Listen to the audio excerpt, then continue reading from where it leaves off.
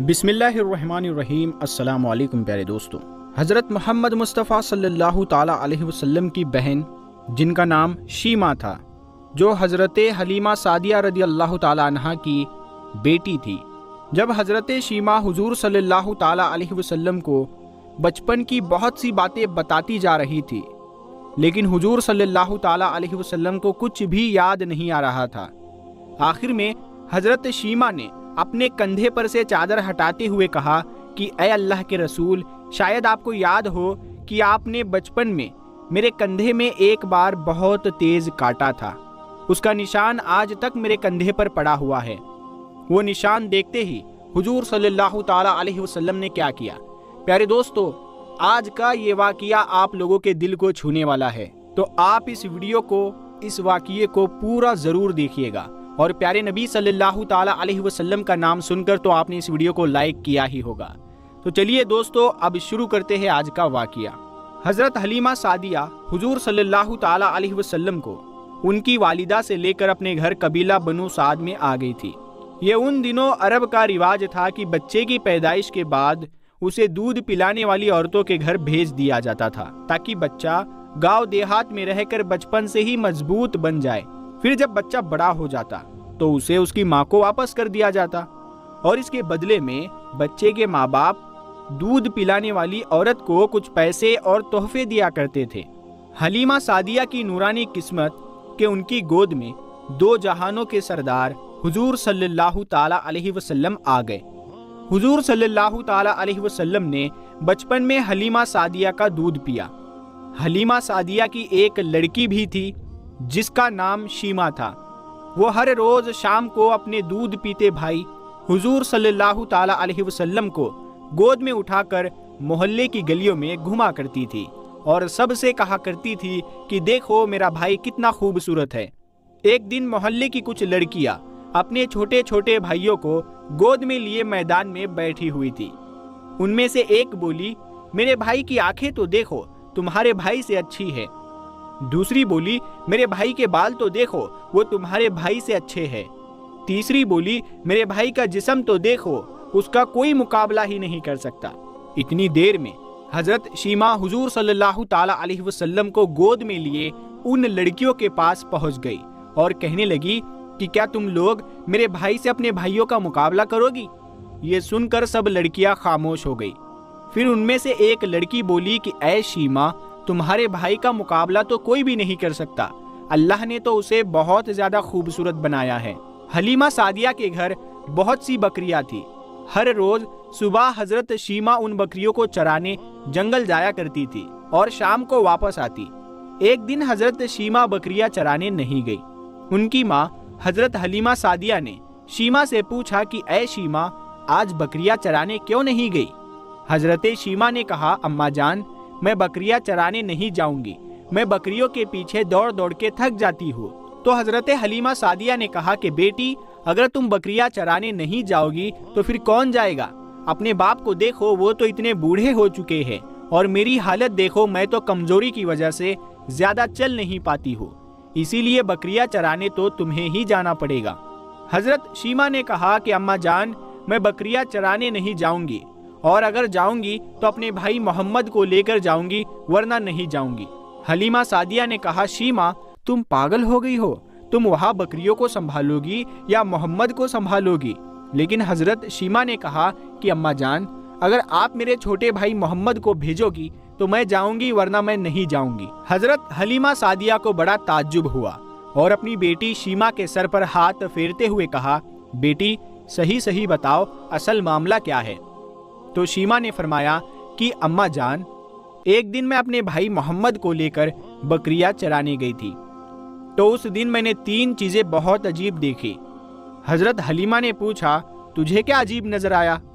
شیما نے جواب دیا کہ اماں جان، جس دن میں اپنے بھائی محمد کو لے کر بکریاں چرانے گئی تھی، اس دن بہت تیز دھوپ تھی، لیکن میں جیسے ہی گھر سے بکریوں کو لے کر باہر نکلی تو میرے اوپر ایک بادل نے سایہ کر لیا، اور جب تک میں اپنے بھائی محمد کو لیے رہی، ایک بادل کا سایہ برابر میرے اوپر رہا، اور مجھے اس دن ذرا بھی دھوپ نہیں لگی۔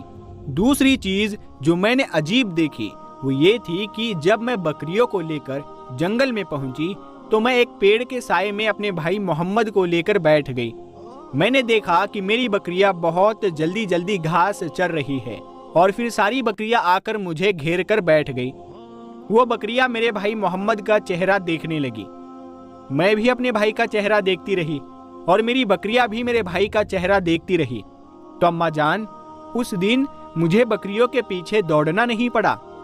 تیسری چیز جو میں نے سب سے عجیب دیکھی وہ یہ تھی کہ جب میں اس پیڑ کے نیچے بیٹھی تھی تو ادھر سے کچھ عیسائی لوگ گزرے۔ انہوں نے میرے بھائی کو دیکھا تو پوچھنے لگے کہ اس بچے کی آنکھوں میں یہ لال لال دھاریاں ہمیشہ رہتی ہے یا صرف آج ہے؟ میں نے کہا میرے بھائی کے یہ دھاریاں ہمیشہ رہتی ہے۔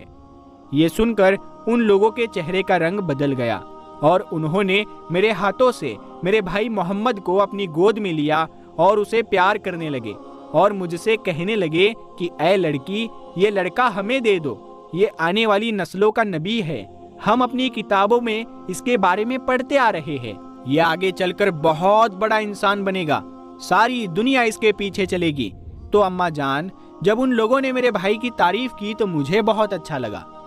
حضرت شیما حضور صلی اللہ تعالی علیہ وسلم سے بہت محبت کرتی تھی اور بہنیں ہوتی بھی ایسی ہے، انہیں ہر وقت اپنے گود میں لیے محلے کی گلیوں میں گھوما کرتی تھی اور اپنے بھائی محمد کے لیے شاعری پڑھ پڑھ کر اللہ سے دعائیں کرتی تھی کہ اے اللہ، میرے بھائی محمد کو سلامت رکھنا اور بڑا ہو کر اسے سب کا سردار بنانا۔ یا اللہ، میرے بھائی محمد کو ایسی عزت دینا کہ دنیا میں ایسی عزت کسی کو نہ ملی ہو۔ اے اللہ، میرے بھائی سے جو لوگ نفرت کرے آپ انہیں ہلاک و برباد کر دینا۔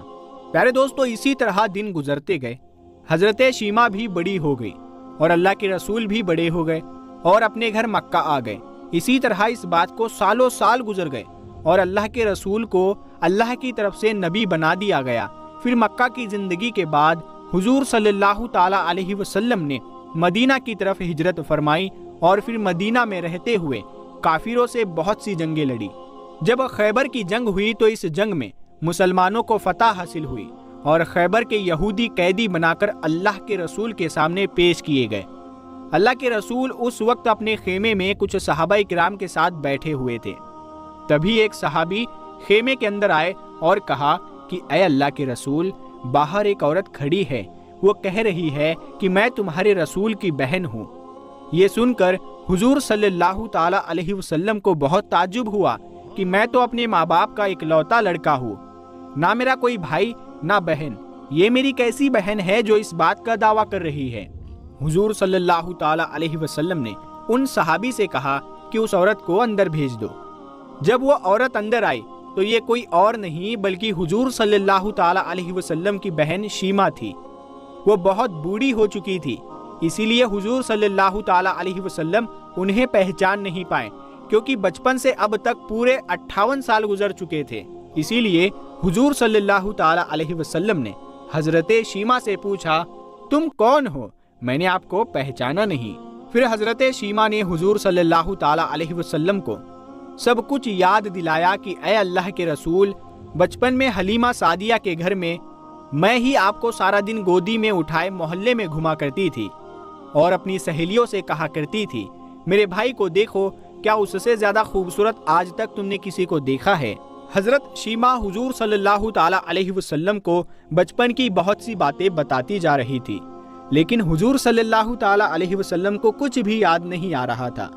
آخر میں حضرت شیما نے اپنے کندھے پر سے چادر ہٹاتے ہوئے کہا کہ اے اللہ کے رسول، شاید آپ کو یاد ہو کہ آپ نے بچپن میں میرے کندھے میں ایک بار بہت تیز کاٹا تھا، اس کا نشان آج تک میرے کندھے پر پڑا ہوا ہے۔